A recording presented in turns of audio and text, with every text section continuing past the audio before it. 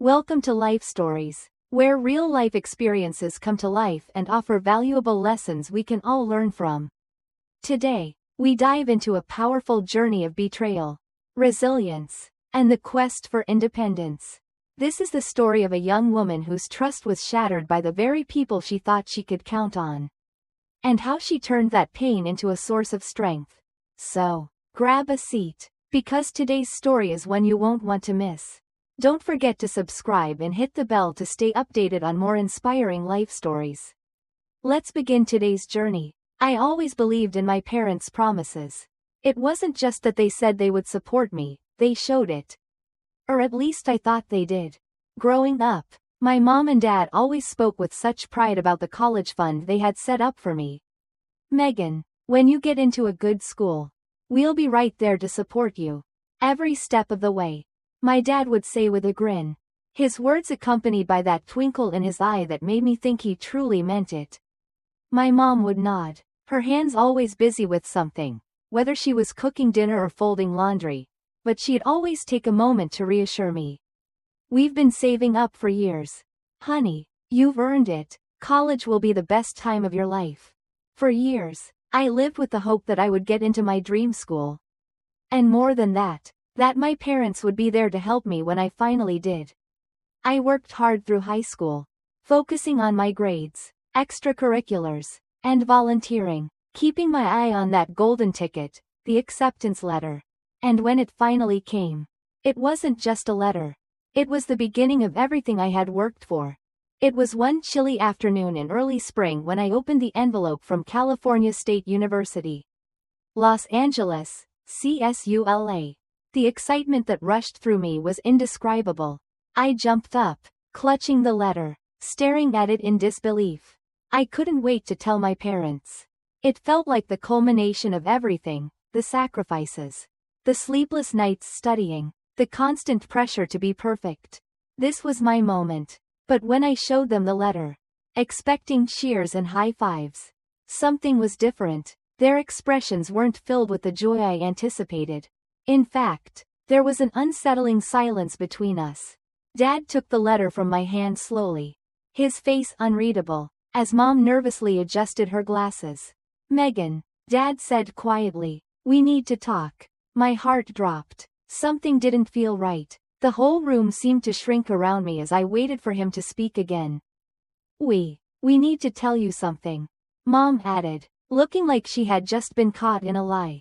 Her eyes darted nervously between my father and me.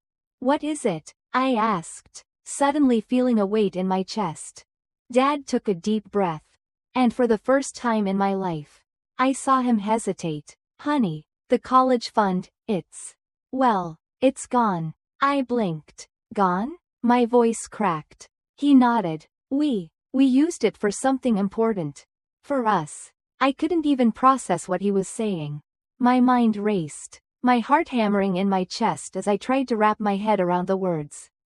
I had been dreaming of this day for years, counting on their support to get me through this next chapter of my life. The idea that they had spent all of it, everything they had promised me, on a vacation seemed impossible. "On a vacation?" I whispered, almost not believing it. "What do you mean?" "The trip to Europe," Mom chimed in, her voice trembling. "We've been planning it for a while. It's something we've always wanted to do.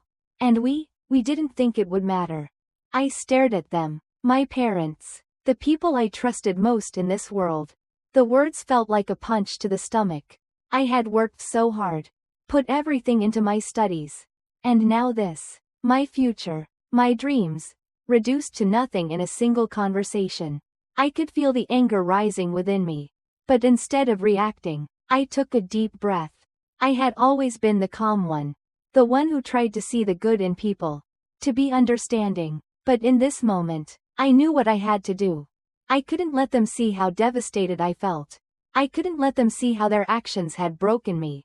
Because I knew deep down, it wouldn't change anything. I didn't need their pity. I didn't need their apology. What I needed was to figure out how I was going to move forward, on my own. As they continued to apologize, offering half-hearted explanations, I just stood there, silent. I couldn't even look at them. They weren't the parents I thought I knew. They weren't the people who had promised to help me achieve my dreams. I had trusted them, and that trust was shattered in the blink of an eye. But there was something else I knew. Something that gave me a flicker of hope. No matter how hard they tried to explain themselves. I knew one thing for sure. I wasn't going to let this defeat me. I just had to figure out how to take control of my future, because no one else was going to do it for me. I couldn't bring myself to speak after that conversation. Their words echoed in my head. But no matter how much I tried to understand their reasoning, I couldn't shake the sense of betrayal that was slowly consuming me. The anger was there, bubbling just beneath the surface. But I refused to let it get the best of me. It was clear to me now that I could no longer rely on my parents for the support they had promised. I had to figure this out on my own. And I wasn't going to let this setback define me. As the days passed, I put on a brave face. I continued with my classes. Tried to keep up my normal routine. But every time I opened my laptop to research potential scholarships or financial aid, I was reminded of the harsh reality. My parents' selfishness had left me in a hole. One that I wasn't sure how to climb out of. I didn't have the money to pay for my college tuition. I couldn't afford to travel out of state on my own to UCLA. My dreams, the ones I had worked for all these years, seemed to be slipping further out of reach. But the more I thought about it, the more I realized that there was a way to get back at them. Not just out of anger, but out of a deep sense of needing to take control. I couldn't let their actions ruin my future. And maybe, just maybe, I could make them feel the sting of what they'd done. I knew my parents' finances better than they thought. Growing up, I had been the one who paid attention when Dad discussed bills or helped Mom balance the checkbook. I knew about their spending habits, their credit cards, and the small luxuries they splurged on every now and then. One thing I noticed recently was that Dad had a credit card with a high limit. I knew he had been making big purchases recently, especially for that trip, but what he didn't realize was that I had access to his account. That's when the idea hit me. I didn't want to hurt them in the way they'd hurt me. I didn't want to make them regret this on some deep, emotional level. No, I wanted them to feel the consequences of their actions in a way they couldn't ignore. So, I did what any frustrated, determined person would do. I maxed out Dad's credit card. I didn't just buy anything random, though. I booked non-refundable, expensive flights to the Maldives, a luxury resort, all-inclusive. I knew they had been eyeing a vacation like this for years. But the funds were never quite enough for them to pull the trigger. Well, now they didn't have a choice.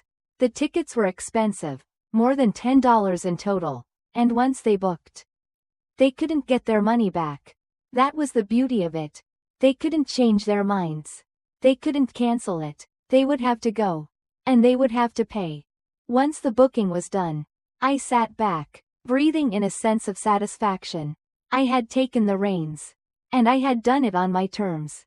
But that wasn't all. As much as I enjoyed the idea of seeing them scramble, I couldn't let my own future get lost in the wake of their mistakes. I needed to secure a place for myself at UCLA. I couldn't just let this setback be the end of the road. I applied for every scholarship I could find, every financial aid package, anything that could help me afford the tuition. I poured my heart into the application essays, each one a reflection of my determination to succeed. I worked tirelessly through every part of the process, making sure I had everything in place.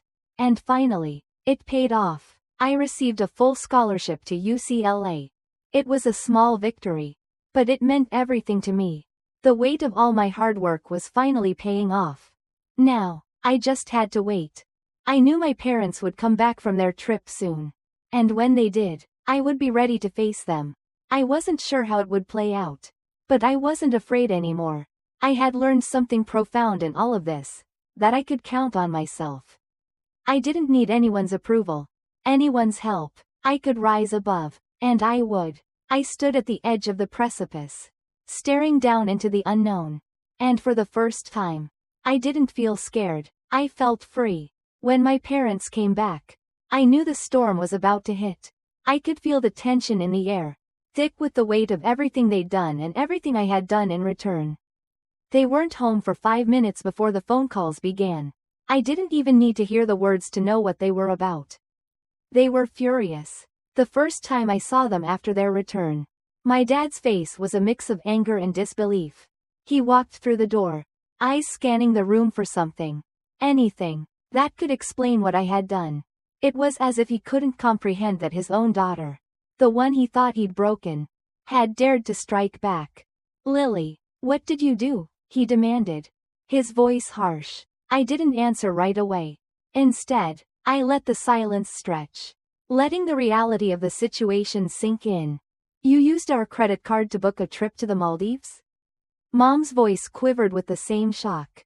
But there was something else beneath it, something more unsettling. That wasn't just some mistake. Was it? I shook my head slowly, feeling a sense of calmness wash over me. No, it wasn't a mistake. You don't get to rob my future and expect there to be no consequences. I could see the realization dawning on their faces. This wasn't just some childish rebellion. It wasn't some petty act. I had carefully calculated my move. I had made them face the same kind of betrayal I had felt.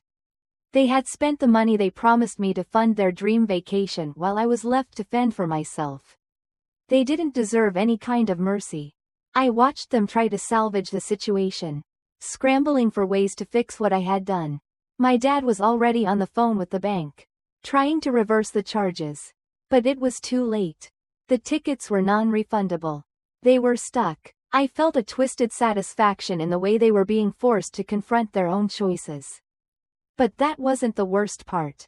As they tried to call their credit card company, they also started going through my personal things, my laptop, my phone, anything they could get their hands on, searching for any way to change the course of what had happened. They thought they could intimidate me, but they underestimated the new version of me. I had anticipated this. I had put security measures in place to protect myself, to ensure that they couldn't just walk in and undo everything I had worked so hard for. "You really thought you could do this to me and get away with it?" I said, watching my dad futilely tap away on the computer keyboard, trying to access my bank account. I'd already set up two-factor authentication, changed the passwords, and ensured my finances were untouchable. "I've learned from the best, haven't I?" Mom and Dad exchanged looks of desperation. They were fighting for their financial lives. But they couldn't see that their biggest mistake had already been made, not in booking their vacation, but in believing they could take my dreams from me without consequences. And through it all, I stood firm. My friends, the ones who had supported me through this entire ordeal, were there to back me up. When the bank called to verify my new security measures, they confirmed that everything was in order. Even the bank representatives seemed to understand my decision. In that moment, I realized something important. This wasn't just about getting back at them. It wasn't even just about securing my future. It was about making sure I never let anyone take control of my life again. This was a turning point, not only for me but for how I would live the rest of my life. I did what I had to do. I told them, my voice steady, my gaze unwavering, and I'm not sorry. I wasn't sure how they would react. Would they continue to fight me? Would they try to guilt-trip me into feeling bad for standing up for myself? I didn't care. I had already won. I had found my power. And that was the lesson I had learned from all of this. When life hands you betrayal, when people you trust let you down, you have to stand your ground. You have to rise above the hurt and use it to fuel your own resilience. I wasn't the same person who had been hurt months ago. I was stronger, more determined. I had learned that the only way to navigate the storms of life was to weather them with grace, and never let anyone dictate the course of your future. As I watched my parents still fumbling with their phone calls, I knew it was over. My future was no longer in their hands. It never had been. As the days passed, I couldn't help but feel a sense of peace that had eluded me for so long. The storm that had once seemed so overwhelming had finally passed, and I had emerged stronger than ever. My parents, despite their initial anger and frustration, eventually came to terms with the situation. They never quite understood the depth of their betrayal, but I no longer needed them to. In the end, I got what I had worked for, a full scholarship to UCLA. It wasn't just the academic opportunity that I cherished, but the sense of independence, of standing on my own 2 feet, and proving to myself that I could navigate even the toughest moments of life. My parents and I may never fully reconcile, but I had learned the most important lesson of all.